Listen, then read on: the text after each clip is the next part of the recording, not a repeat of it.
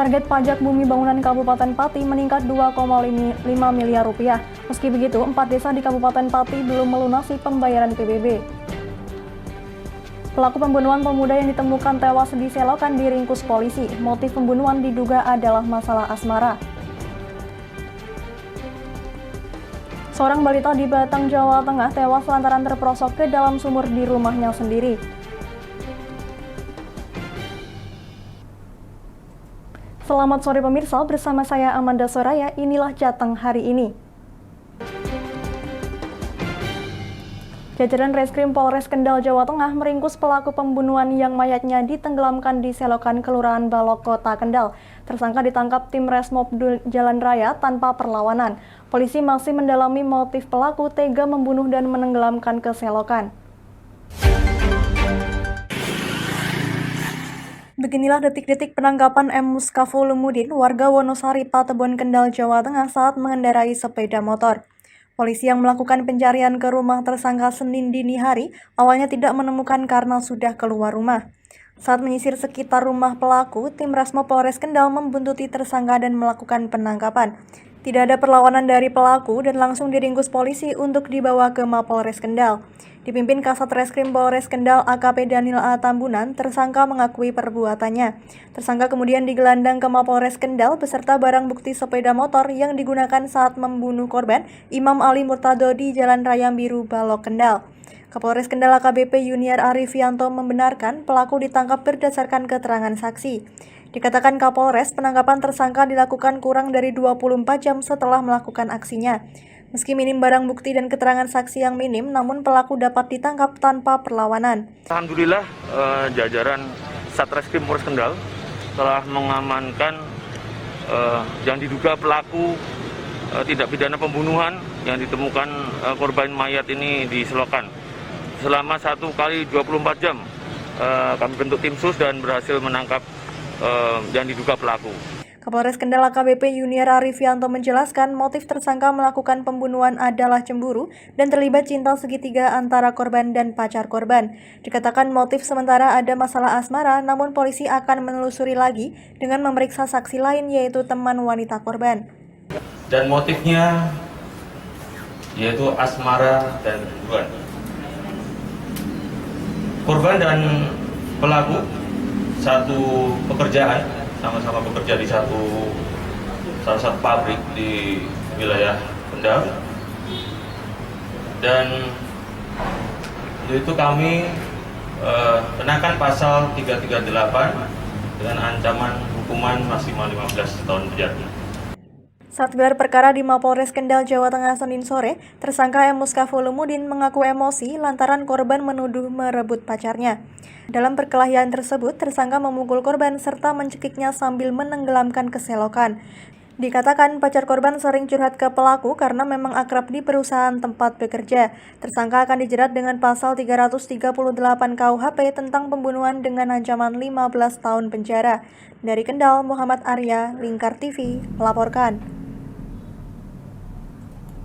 Ya, berita ini dapat menjadi perhatian untuk orang tua dalam memantau aktivitas anak-anak dimanapun tempatnya. Seorang balita di Kecamatan Gringsing, Kabupaten Batang, Jawa Tengah, tewas terperosok ke dalam sumur dengan kedalaman 20 meter yang berada di dalam rumahnya saat akan buang air besar.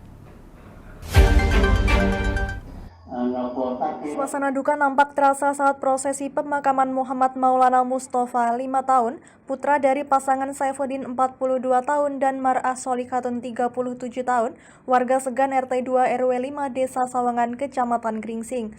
Korban saat itu tengah berkata ke orang tuanya hendak buang air besar yang berada di dalam rumah sendiri, namun naas dikarenakan pola tingkah anak tergolong aktif, melintasi sumur yang hanya ditutupi papan triplek hingga akhirnya terperosok ke dalam sumur.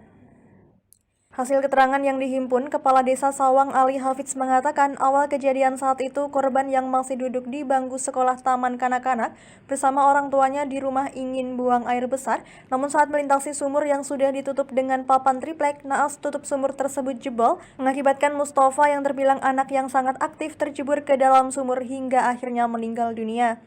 Orang tua yang mengetahui kejadian tersebut sontak langsung meminta pertolongan kepada warga.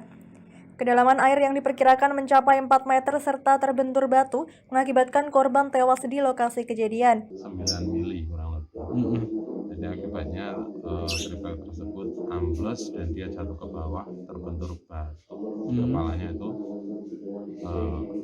Kemudian setelah terjebur, orang tuanya minta ditolong oleh orang-orang yang kerja dan kontrak di depan rumahnya. Tapi karena kedalaman sumur yang terlalu dalam, akhirnya tidak berani untuk nyebur karena kedalamnya air itu sampai 4 meter. Korban berhasil dievakuasi oleh tim SAR Gringsing bersama TNI Polri, dibantu warga selama 2 jam dengan kondisi sudah tidak bernyawa lagi. Ali Hafiz mengimbau kepada seluruh warganya untuk selalu memperhatikan anak-anaknya dalam bermain meskipun di rumah sendiri. Rasa ingin tahu dan keaktifan sang anak yang tinggi tanpa pendampingan bisa mengakibatkan kejadian fatal. Dari Batang, Ahmad Revaldi Krisna, Lingkar TV, melaporkan. Jangan kemana-mana pemirsa, kami akan kembali usai jeda pariwara. Tetap bersama kami.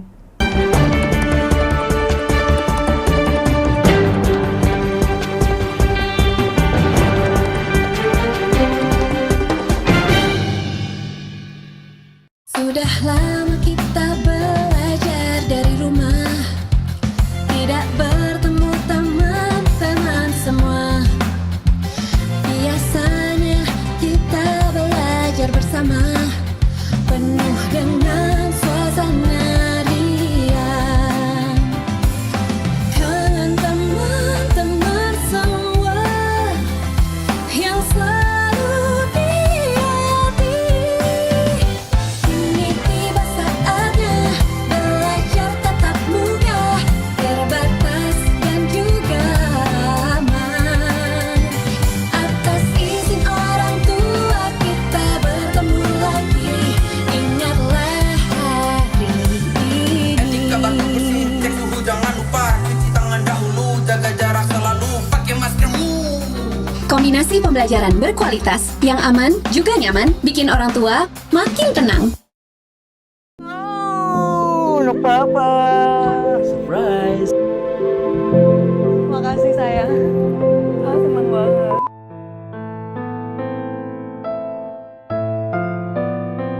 Kadang hidup tak seindah dalam film. Selamatkan perempuan, anak, dan orang terdekat Anda. Iklan layanan masyarakat ini dipersembahkan oleh Kementerian Pemberdayaan Perempuan dan Perlindungan Anak. Ini daging sapiku. Ini dagingku. Ini daging sapiku. Ya, daging sapinya habis. Lihat. Ini buah apa tuh? Wah. Memang daging cuma dari sapi saja. Ada ayam petelur, ada ayam potong ketok. Telur ayam mengandung omega 3 penting untuk protein otak. Ada kelinci, kambing, bebek, burung, dan jenis unggas lainnya. Juga memiliki gizi protein bermanfaat untuk pertumbuhan. Bahkan susu kambing punya segudang khasiat protein kekebalan tubuh. Nah, mulai sekarang peliharalah ternak. Ragam protein bikin otak cerdas. Ternak dirawat, hasilnya bermanfaat. Proteinnya kaya, masaknya bikin mesra. Cie. Ayo santap masakan kaya protein. Ayo konsumsi ragam protein secara rutin dan lestarikan ternak lokal. Ayo, sukseskan keragaman protein.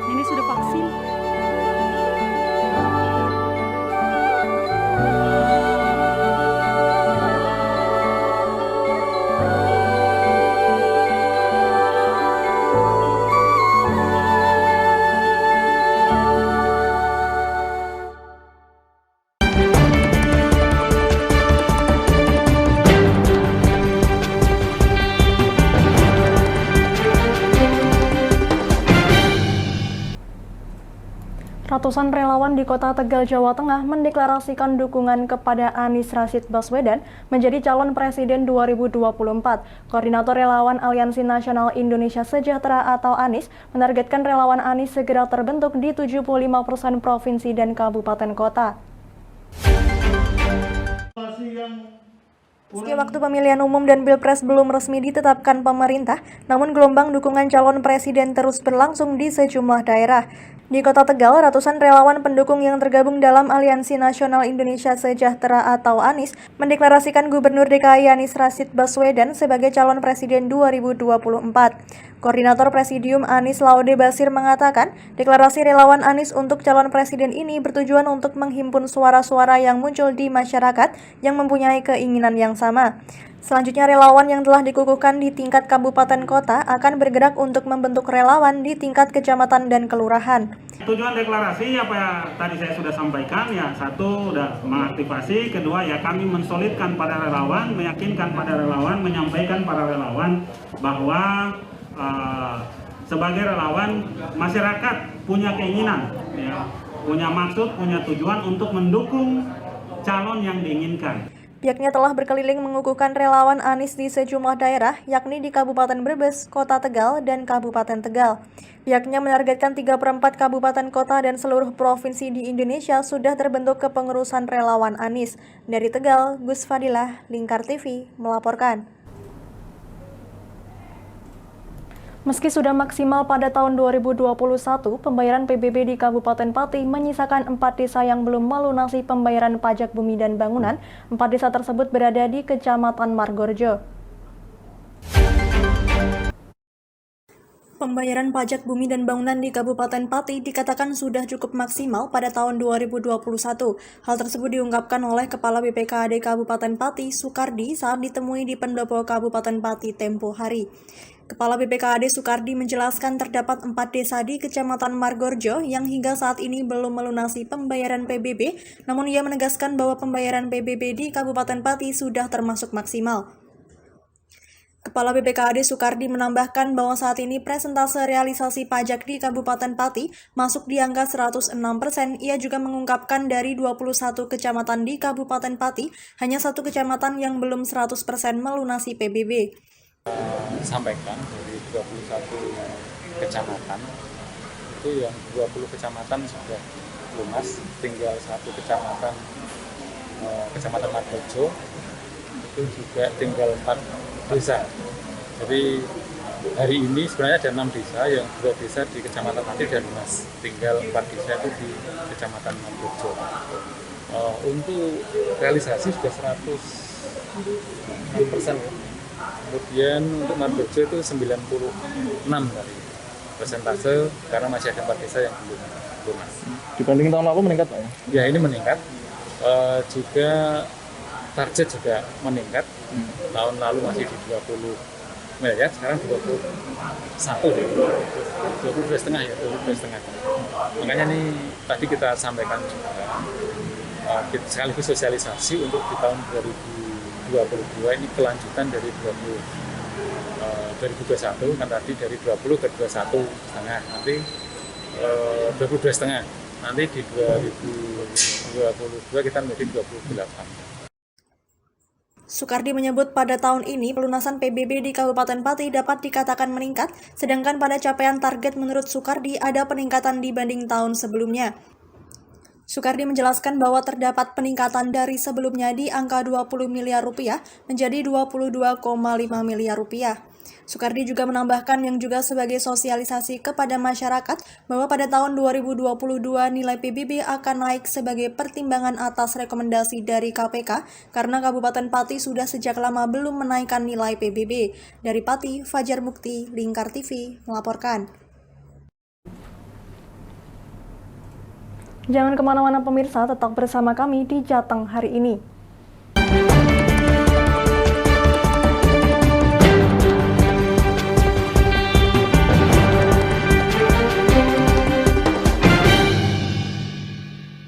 Sudah lama kita belajar dari rumah, tidak bertemu teman-teman semua. Biasanya kita belajar bersama. bersama, penuh dengan suasana riang. Kangen teman-teman semua yang selalu di hati. Kini tiba saatnya belajar tatap muka, terbatas dan juga aman. Atas izin orang tua kita bertemu lagi, ingatlah hari ini. Etika baku bersih, cek suhu jangan lupa, cuci tangan dahulu, jaga jarak selalu, pakai maskermu. Kombinasi pembelajaran berkualitas yang aman juga nyaman bikin orang tua makin tenang. Untuk papa. Surprise. Makasih sayang. Seneng banget.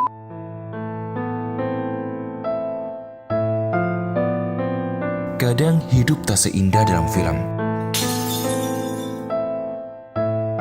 Selamatkan perempuan, anak, dan orang terdekat Anda. Iklan layanan masyarakat ini dipersembahkan oleh Kementerian Pemberdayaan Perempuan dan Perlindungan Anak.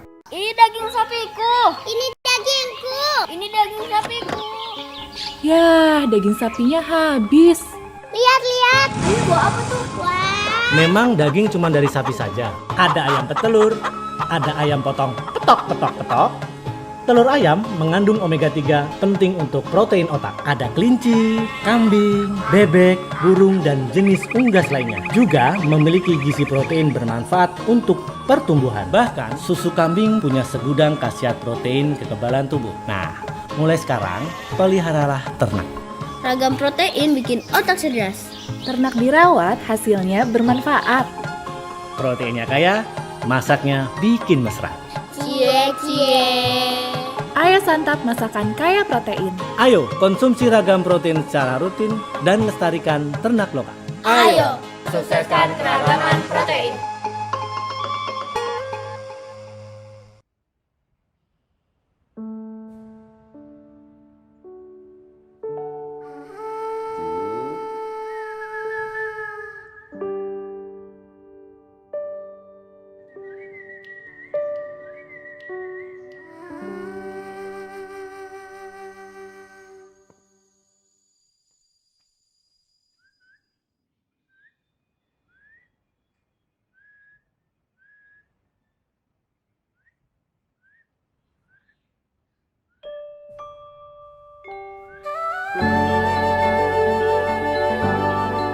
Di sana, Nenek sudah vaksin.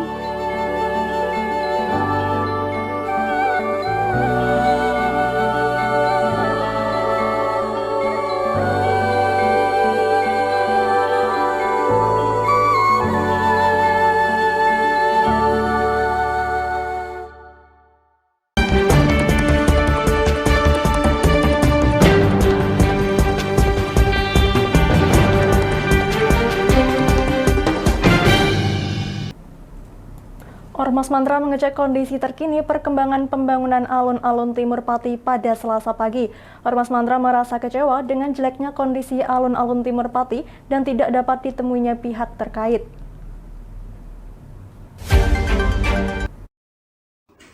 Pada Selasa 7 Desember pagi, Organisasi Masyarakat Penjaga Nusantara atau Mantra mengecek kondisi pembangunan alun-alun Timur Pati.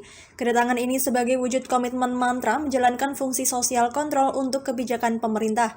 Pada pantauannya melihat-lihat kondisi alun-alun Timur Pati, Ketua Umum Ormas Mantra merasa heran dan kecewa dengan mangkraknya beberapa bangunan atau fasilitas yang ada di alun-alun Timur. Ketua Umum Ormas Mantra Cahya Basuki menyoroti banyaknya PR yang tidak terselesaikan oleh pihak DPUTR perihal pembangunan alun-alun Timur. Kondisi inilah yang membuat alun-alun Timur tidak terselesaikan sesuai rencana. Dalam pengecekannya, Cahya Basuki menyoroti banyaknya genangan air yang menjadi bukti buruknya drainase di alun-alun Timur. Selain itu, belum adanya lampu dan kurang baiknya kualitas bahan bangunan diungkapkan Cahya Basuki membuatnya kecewa. Ia juga menemukan belum rapinya beberapa sudut yang mengganggu keindahan alun-alun Timur. Setelah kita di lokasi ternyata memang banyak kekurangannya. Dan saya kebetulan mengajak kepala tukang, ya itu juga tahu pekerjaan infrastruktur atau bangunan. Banyak hal yang kurang di situ seperti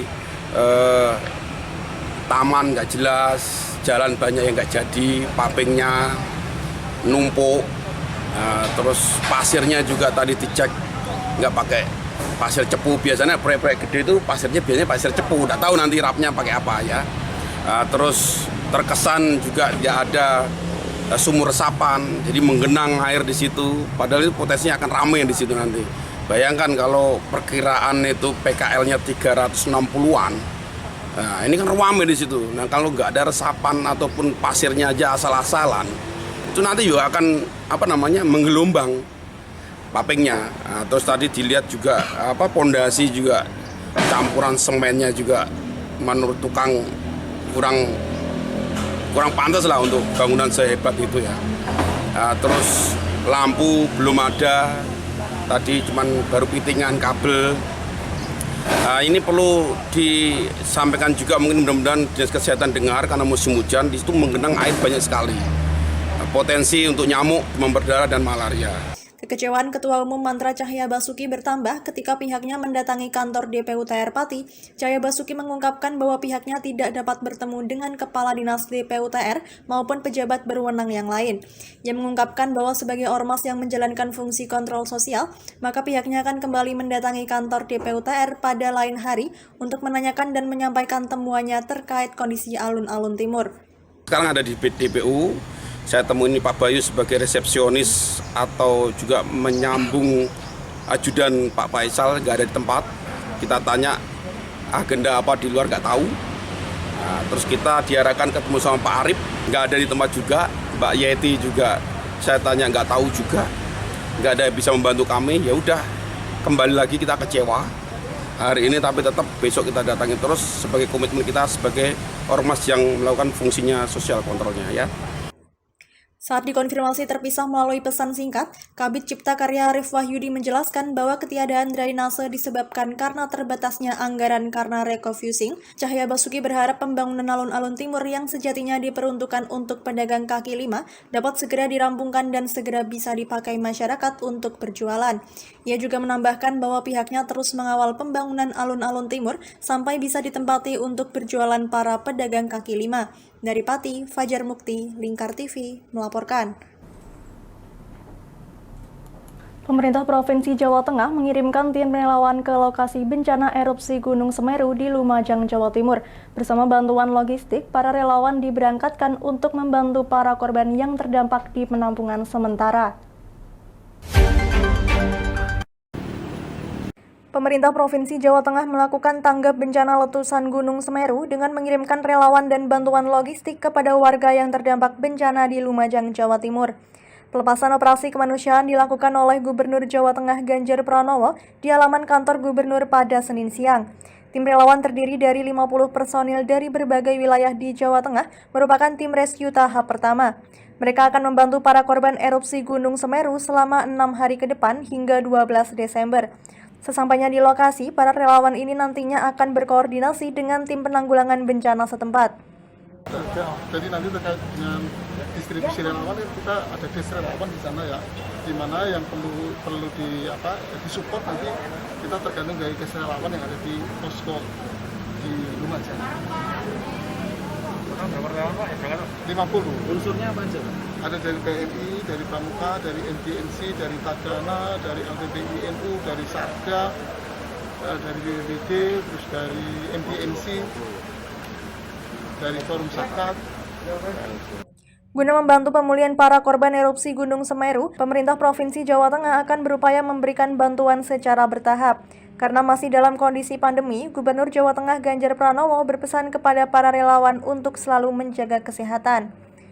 Oh iya, kita sampai dengan tadi malam kebetulan saya komunikasi terus dengan kawan-kawan di Jawa Timur, dengan Bu Wagub, dengan Pak Wagub, saya WA-WA-an.